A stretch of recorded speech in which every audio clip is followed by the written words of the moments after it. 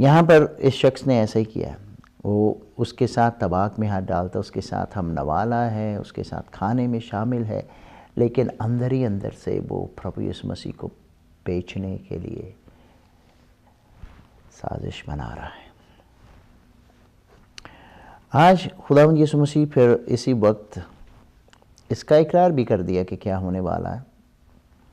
لیکن اسی وقت ایک اور بھی خاص کام کرنے والے ہیں جس کو کرسچن ٹریڈیشن میں، کرسچن کیلنڈر کے مطابق، کرسچن رسومات میں سیکرمنٹ کہا جاتا ہے۔ سیکرمنٹ کا مطلب ہوتا ہے کہ خاص خدا کی طرف سے انسٹیٹیوٹ کیا ہوا ایک ایکشن ہے جس کو مسیحی مذہب میں آپ اپناتے کرتے ہیں۔ تو ان میں سے ایک سیکرمنٹ ہے، ایک رسم ہے، ایک خاص رسم ہے جس کو ہم کہتے ہیں دا لارڈ سپر۔ یہاں پر پربھو یسوع مسیح وہ کھا ہی رہے تھے کہ اس نے روٹی لی اور برکت دے کر توڑی اور ان کو دی اور کہا، لو یہ میرا بدن ہے۔ پھر اس نے پیالہ لے کر شکر کیا اور ان کو دیا، اور ان سبھوں نے اس میں سے پیا، اور اس نے ان سے کہا، یہ میرا عہد کا خون ہے، وہ عہد کا خون ہے جو بہتےروں کے لیے بہایا جاتا ہے۔ میں تم سے سچ کہتا ہوں کہ انگور کا شیرہ پھر کبھی نہ پیوں گا اس دن تک کہ خدا کی بادشاہی میں نیا نہ پیوں۔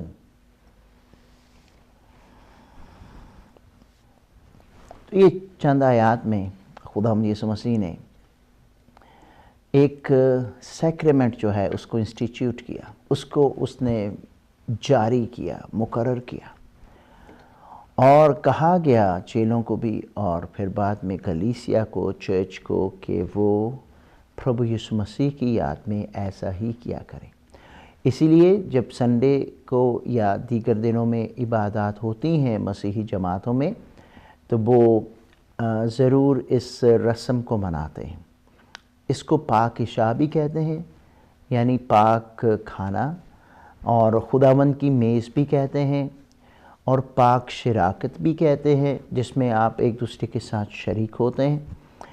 اس کو بیان میں تھوڑی دیر کے لیے آپ کے لیے کروں گا کہ کیا ہے اور کیا اس کا مطلب ہے۔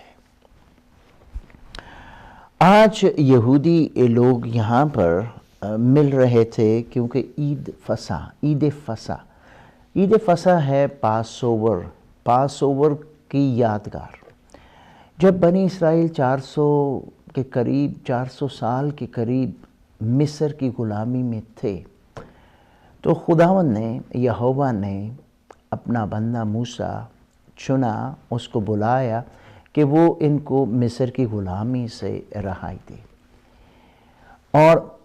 وہ ساری کہانی ہم دیکھ سکتے ہیں ایکسوڈس کی کتاب میں، خروج کی کتاب میں،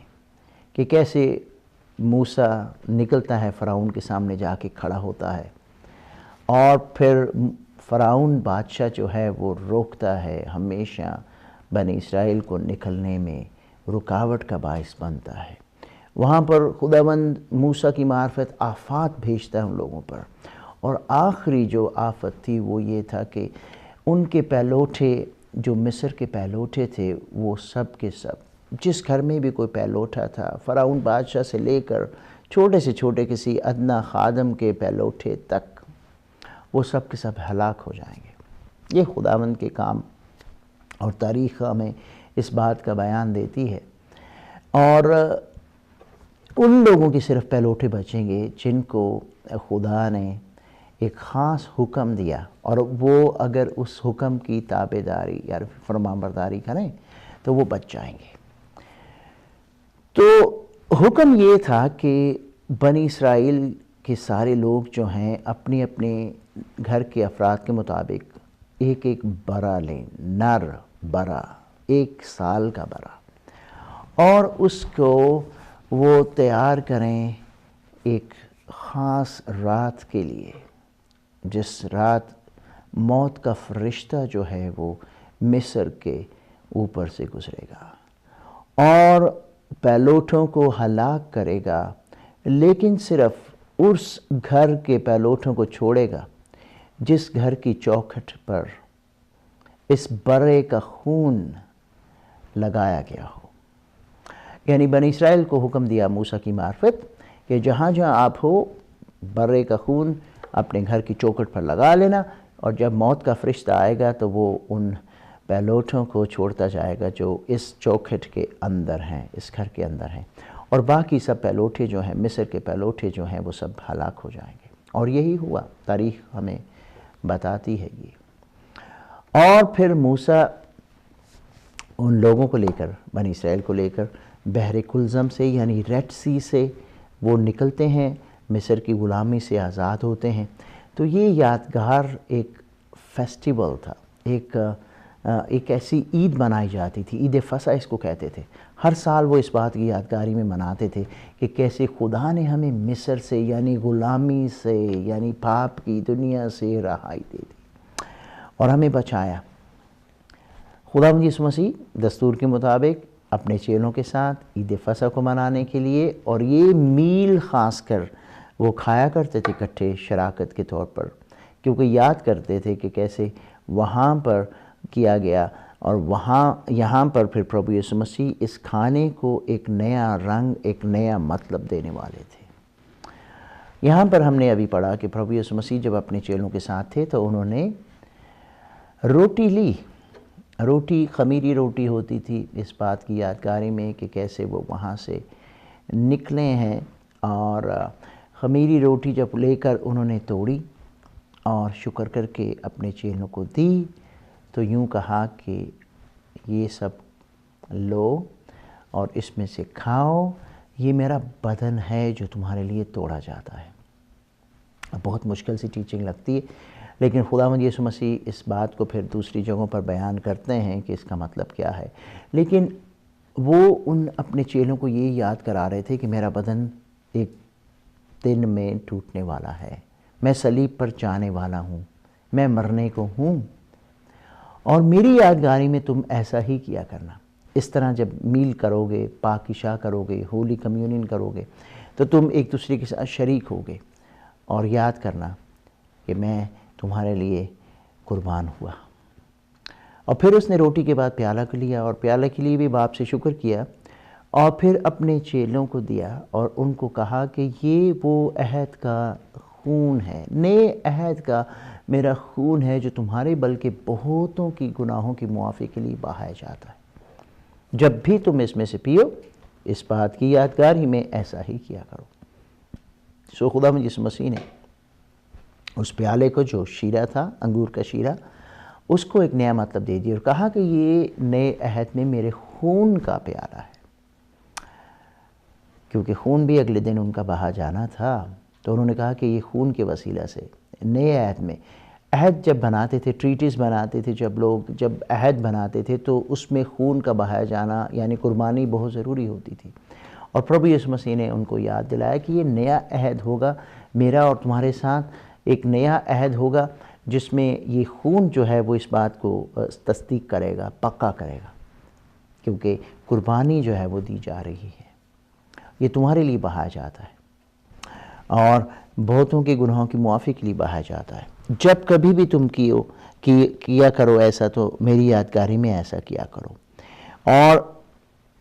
کہتے ہیں میں تم سے سچ کہتا ہوں کہ انگور کا شیرہ پھر کبھی نہ پیوں گا اس دن تک کہ خدا کی بادشاہی میں نیا نہ پیوں۔ تو he was telling کہ this was the last supper، اسی لیے اس کو ٹریڈیشنلی آخری فصح بھی کہتے ہیں، آخری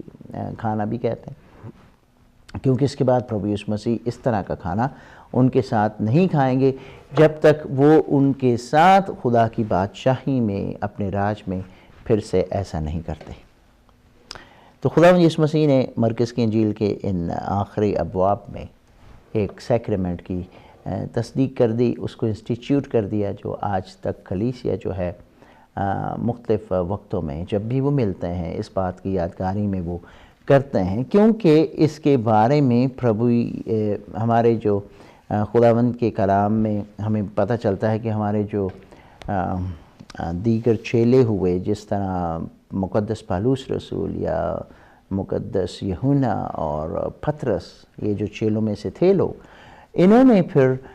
ٹیچنگز دیتے وقت بتایا کہ کیسے لوگوں کو ایسا کرنا ہے۔ مختلف جب جماعتیں بن گئیں تو پھر ان کو بتایا گیا، سکھایا گیا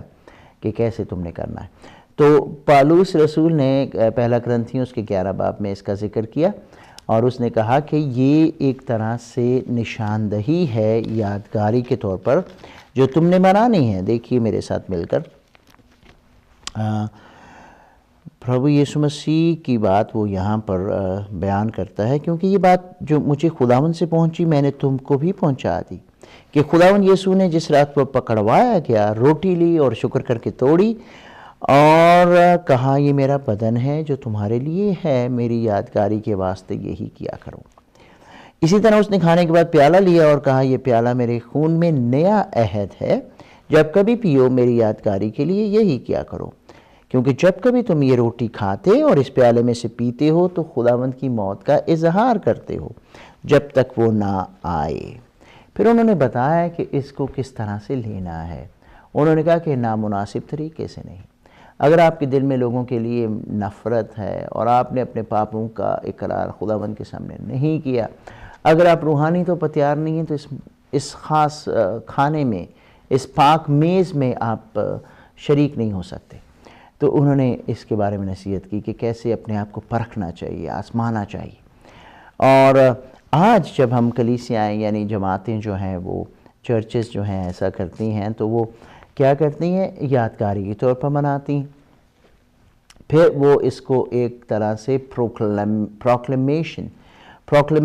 ہے اس بات کی کہ خداوند یسوع مسیح نے اپنا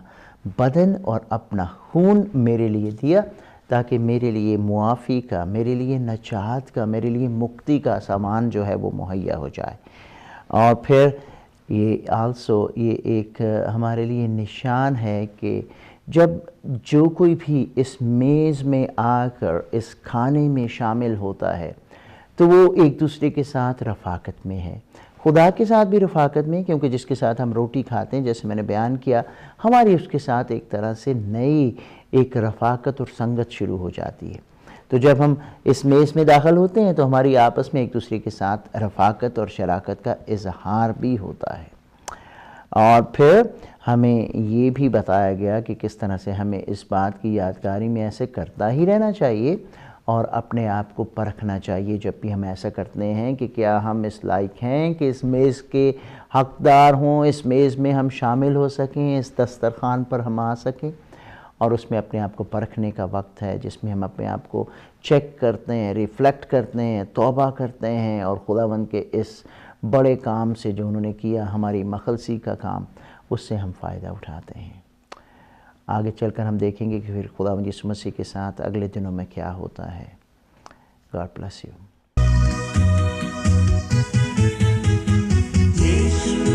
تو مہان ہے، یسوع تو سچا ہے،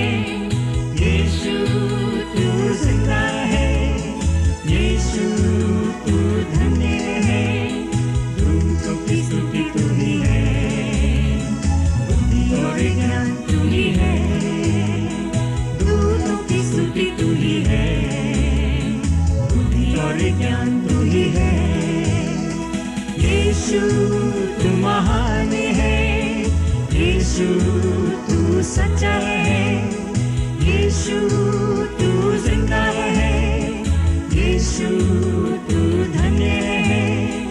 دونوں کی ستوتی تو ہی ہے، بدھی اور گیان تو ہی ہے، دونوں کی ستوتی تو ہی ہے، بدھی اور گیان تو ہی ہے۔ یسوع تو مہان ہے، یسوع تو سچا ہے۔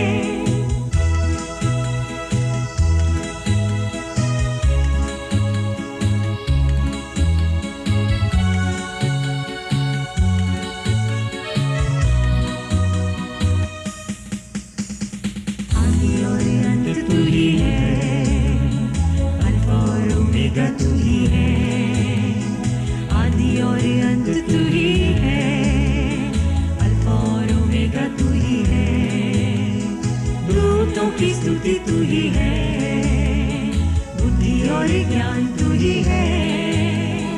دونوں کی ستوتی تو ہی ہے، بدھی اور گیان تو ہی ہے۔ یسوع تو مہان ہے،